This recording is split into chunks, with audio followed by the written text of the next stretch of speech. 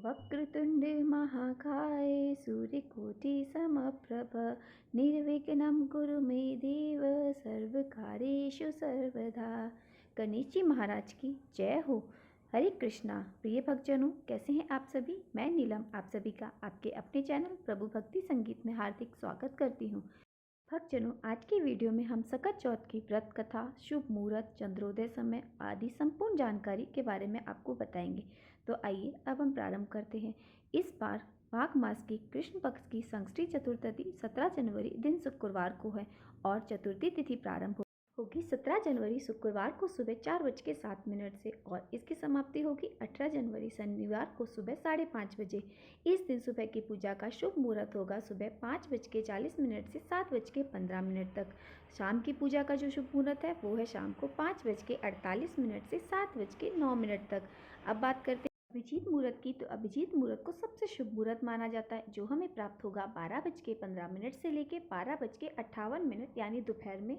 और उसके बाद चंद्रोदय का समय रहेगा रात को 9:07 पर। देश के अलग अलग हिस्सों में चंद्रोदय का समय अलग अलग होता है, तो आप अपने स्थानीय समय के अनुसार चंद्र देवता को अर्घ दें और अपने सकट चौथ व्रत का पालन करें। इस दिन की पूजा विधि इस प्रकार है कि आपको सबसे पहले भगवान गणेश जी की पूजा करनी है, अपनी सभी मनोकामनाएं जिसके लिए आपने व्रत रखा है। और गणेश भगवान की पूजा में आपको पान का प्रयोग अवश्य करना चाहिए, जिससे आपकी मनोकामना पूर्ण होती है। मान्यता है कि महालक्ष्मी जी को भी पान अति प्रिय है, तो आप सकट चौथ के दिन भगवान गणेश को पान, तिल, गुड़, लड्डू, मोदक आदि अर्पित करने से सकट चौथ का पूजन पूर्ण होता है। सकट चौथ के दिन ब्रह्म मुहूर्त में आपको स्नान करना है, स्वच्छ वस्त्र धारण करने हैं, वस्त्र धारण करके भगवान जी की पूजा करनी है। दूर्वा, लड्डू आदि से विधि विधान पूर्वक पूजा करें उनकी। उसके बाद आपको विघ्नों को हरने वाले गणेश जी के मंत्र ओम गण गणपतये नमः का जप करना है। आप अपनी श्रद्धा अनुसार 7, 11, 51, 108 बार कर सकते हैं। संतान की लंबी आयु के लिए सकट चौथ की पूजा की जाती है, तो आपको इस दिन सकट चौथ की कथा भी अवश्य सुननी चाहिए। फिर रात में चंद्रमा को अर्घ दें और अपना व्रत संपन्न करें। अब हम सुनते हैं कथा। एक बार देवी पार्वती जी ने विघ्नहर्ता भगवान गणेश जी से पूछा, हे वत्स, माघ महीने में किस गणेश की पूजा करनी चाहिए और इसका क्या नाम है। उस दिन पूजन में किस वस्तु का निवेद्य अर्पित करना चाहिए, क्या आहार ग्रहण करना चाहिए, इसे आप सविस्तार बतला के कृपा करें। तब गणेश ने कहा, माता, माघ में भालचंद्र नामक गणेश की पूजा करनी चाहिए। इनका पूजन सचर उपचार विधि से करना चाहिए। माता, इस दिन तिल के 10 लड्डू बना ले, 5 लड्डू देवता को चढ़ा दें और शेष 5 ब्राह्मण को दान में दे दें। ब्राह्मण की पूजा भक्ति पूर्वक करके उन्हें दक्षिणा के बाद 5 लड्डुओं को उन्हें प्रदान कर दें। देवी तिल के लड्डुओं का स्वयं परिवार सहित आहार करें। इस संबंध में आपको राजा हरिश्चंद्र का वृत्तांत सुनाता हूँ। सतयुग में हरिश्चंद्र नामक एक प्रतापी राजा थे। वे सरल स्वभाव, सत्यनिष्ठ और भगवान ब्राह्मणों की पूजा करते थे। देवी, उनके शासनकाल में अधर्म नाम की कोई वस्तु नहीं थी। उनके राज्य में कोई अपाहिज, दरिद्र, दुखी नहीं था। सभी लोग आदि व्याधि से रहित और दीर्घायु होते थे। उन्हीं के राज्य में एक ऋषि नामक तपस्वी ब्राह्मण रहते थे। एक पुत्र की प्राप्ति के बाद ही वे स्वर्गवासी हो गए। पुत्र का भरण पोषण उनकी पत्नी करने वाली वह विधवा ब्राह्मणी भिक्षा के द्वारा अपने पुत्र का पालन पोषण कर रही थी। उन ब्राह्मणी ने माघ मास की संकष्टी चतुर्दशी का व्रत किया और पतिव्रता ब्राह्मणी गोबर से गणेश जी की प्रतिमा बनाकर सदैव पूजन किया करती थी। हे पार्वती जी, भिक्षाटन के द्वारा ही उन्होंने पूर्वोत्तर रीति से तिल के 10 लड्डू बनाए। इस बीच उनका पुत्र गणेश जी की मूर्ति अपने गले में बांधकर अपनी इच्छा से खेलने के लिए बाहर चला गया। तब एक नर पिशाच कुमार ने उस ब्राह्मणी के 5 वर्षीय बालक को जबरदस्ती पकड़कर अपनी आवों में छोड़कर मिट्टी के बर्तनों को पकाने के लिए उसमें आग लगा दी। इधर उसकी माता अपने बच्चे को ढूंढने लगी। बालक को ना पाकर बड़ी व्याकुल हुई। ब्राह्मणी विलाप करती हुई भगवान गणेश जी से प्रार्थना करने लगी, हे गणेश जी, विशाल शरीर वाले सूर्य नारायण की लाली के समान कांतिशाली, हे सुंदर जटा समूह को धारण करने वाले, आप इस दुखनी की रक्षा कीजिए। हे गजानन, हे 4 भुजाधारी, मस्तक पर चंद्रमा को धारण करने वाले, हे विनायक, अनाथों के नाथ, हे वरदाई, मैं पुत्र के वियोग में व्यथित हूँ, कृपया आप मेरी रक्षा कीजिए। वह ब्राह्मणी इस प्रकार आधी रात तक विलाप करती रही। प्रातः काल होने पर कुमार अपने पके हुए बर्तनों को देखने के लिए आया। तब उसने आँख खोलकर देखा तो उसमें उसे पानी बच जमा हुआ पाया और उससे भी अधिक आश्चर्य हुआ। तो उसने आव में बैठे हुए एक खेलते हुए बालक को देखा। ऐसी अद्भुत घटना देखकर वह भय से कांपने लगा और इस बात की सूचना अपने राज्य दरबार में ने राज्यसभा में अपने कुकुत्ते का वर्णन किया। कुम्हार ने कहा, हे महाबाहु, हे प्रज्वलित अग्नि के समान तेजवान, हे महाराज हरिश्चंद्र, मैं अपने दुष्कर्म के लिए वध के योग हूँ। उसने आगे कहा, महाराज, मैं विवाह के लिए कई बार मिट्टी के बर्तन पकाने के लिए आग लगाया था, परंतु मेरे बर्तन कभी नहीं पके और हमेशा कच्चे ही रह गए। तब मैंने भयभीत होकर तांत्रिक से उपाय पूछा। उसने कहा, चुपचाप किसी लड़के की तुम पकड़ी बड़ी चढ़ा दो, तुम्हारा आँव पक जाएगा।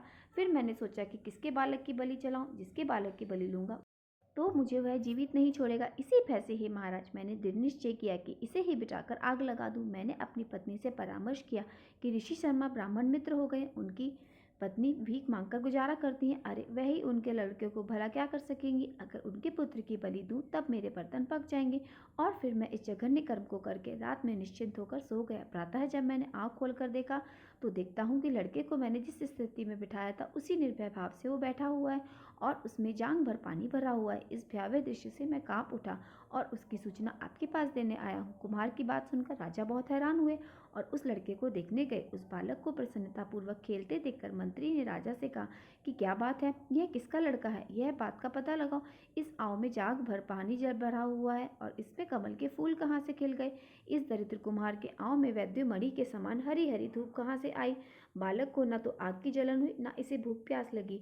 यह आव में तो बिल्कुल वैसा खेल रहा है जैसे अपने घर में खेल रहा हो। राजा इस तरह की बात कर ही रहे थे कि तभी वहां ब्राह्मणी बिलखती हुई आ पहुंची। अब वह कुमार को कोसने लगी। जिस प्रकार गाय अपने बछड़े को देखकर रंभा है ठीक उसी अवस्था में ब्राह्मणी भी अपने बालक को गोद में लेकर प्यार करने लगी और कांपती हुई राजा के सामने बैठ गई। तब राजा ने पूछा, हे ब्राह्मणी, इस बालक के न जलने का क्या कारण है। क्या तुम कोई जादू जानती हो या फिर तुमने कोई टोना कर रखा है, तूने कोई धर्मचर्म किया है क्या। तब महाराज से कहने लगी, महाराज मैं कोई जादू नहीं जानती, ना कोई धर्मचक्र जानती हूँ। ही राजन, मैं तो संकटनाशक गणेश चतुर्थी का व्रत करती हूँ। उसी व्रत के प्रभाव से मेरा पुत्र जीता जागता बच गया। ब्राह्मणी की बात सुनकर अब राजा ने कहा, मेरे राज्य की पूर्ण जनता अब इस संकटनाशक गणेश जी का व्रत करेगी। तब राजा ने उनकी परिक्रमा करते हुए कहा, हे पतिव्रते, तू धन्य है। फिर राजा ने संपूर्ण नगरवासियों को गणेश जी का व्रत करने का आदेश दिया। इस आश्चर्यजनक घटना के कारण सभी लोग उस दिन से प्रत्येक मास की गणेश चतुर्थी का व्रत करने लगे। इस व्रत के प्रभाव से ब्राह्मणी ने अपने पुत्र के जीवन को पुनः पाया था। भगवान श्री कृष्ण यह सारा वृतांत धर्मराज युधिष्ठिर से पूछने पर उन्हें सुना रहे थे। कथा समाप्त होने पर भगवान श्री कृष्ण कहते हैं, हे युधिष्ठिर, आप भी सर्वोत्तम व्रत को कीजिए। इस व्रत के प्रभाव से आपकी सब मनोकामनाएं पूर्ण होंगी। आप मित्रों, पुत्रों, पौत्र को सुख देने वाले साम्राज्य को प्राप्त करेंगे। हे महाराज, जो लोग इस व्रत को करेंगे उनके पूर्ण सफलता उन्हें मिलेगी। तब भगवान कृष्ण की बात से युधिष्ठिर महाराज बहुत प्रसन्न हुए और फिर माँ चतुर्दशी का व्रत करके निष्कट राज्य भोगने लगे। संकटनाशक गणेश चतुर्थी की यह कथा विघ्न विनाशक भगवान गणेश जी की आराधना बहुत ही मंगलदायी मानी जाती है। अनेक स्तोत्रों, श्लोक, जप द्वारा भगवान गणेश जी की पूजा करके उन्हें मनाया जाता है। उनमें से एक गणपति अथर्व शीर्ष पाठ बहुत ही मंगलकारी है। प्रतिदिन प्रातःकाल स्नान आदि से निवृत्त होने के बाद इस पाठ को कर विघ्नहर्ता गणेश जी की कृपा अवश्य प्राप्त होती है। श्री गणपति अथर्व शीर्ष को संस्कृत में पढ़ना चाहिए और सबके लिए संभव नहीं हो, थोड़ा मुश्किल होता है, इसलिए आप सब इसको चैनल पर सुन सकते हैं। मैं आपको सुना रही हूँ श्री गणपति अथर्व शीर्ष का हिंदी अनुपात। आप सभी इस स्त्रोत को सुनकर कमेंट बॉक्स में गणेश जी भगवान की जय जरूर लिखें। ओमकारापति भगवान गणपति को नमस्कार है। हे गणेश, आप भी प्रत्येक तत्व को आप भी केवल प्राप्त करता है, आप तो केवल धरता है, आप भी केवल हरता हो। निश्चय पूर्वक आप भी इन सब रूपों में विराजमान हो। आप साक्षात नित्य आत्मस्वरूप हो। पार्वती नंदन, आप मेरी अर्थात मुझ शिष्य की रक्षा करो, वक्ता की रक्षा करो, श्रोता की रक्षा करो, दाता की रक्षा करो, धाता की रक्षा करो, व्याख्यान करने वाले आचार्य की रक्षा करो, शिष्य की रक्षा करो, पश्चिम से रक्षा करो, पूर्व से रक्षा करो, उत्तर से रक्षा करो, दक्षिण से रक्षा करो, ऊपर से रक्षा करो, नीचे से रक्षा करो, सब ओर से मेरी रक्षा करो, चारों दिशाओं से मेरी रक्षा करो। आप वांग्य हो, चिन्मय हो, आप आनंदमय हो, आप ब्रह्मा में हो, आदित्य हो, आप प्रत्यक्ष ब्रह्मा हो, आप दानम विज्ञान में हो। यह जगत आपसे उत्पन्न होता है, यह सारा जगत आप में लय होता है। इस सारे जगत में आप प्रकृति हो, आप भूमि, जल, अग्नि, वायु, आकाश हो, पराब्रह्म, बकरी और मध्यमा वाणी के यह विभाग हो। आप ही सदा सत्व, रज और तम तीनों से परे हो। आप जागृत, स्वप्न और सुषुप्ति इन तीनों अवस्थाओं से परे हो। आप स्थूल, सूक्ष्म और वर्तमान तीनों से परे हो। आप भूत, भविष्य, वर्तमान तीनों कालों से परे हो। आप मूलाधार चक्र में नित्य स्थित रहते हो।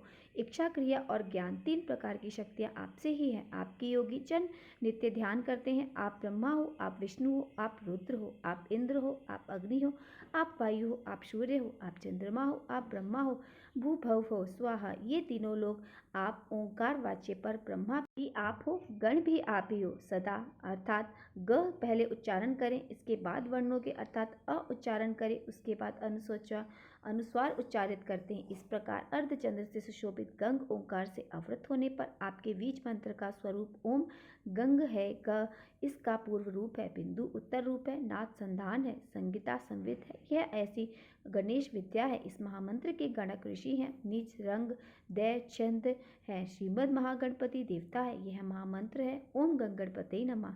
एक दंत को हम जानते हैं, वक्रतुंड का हम ध्यान करते हैं, वह दंती अर्थात गजानन हमें प्रेरणा प्रदान करे। यह गणेश गायत्री है।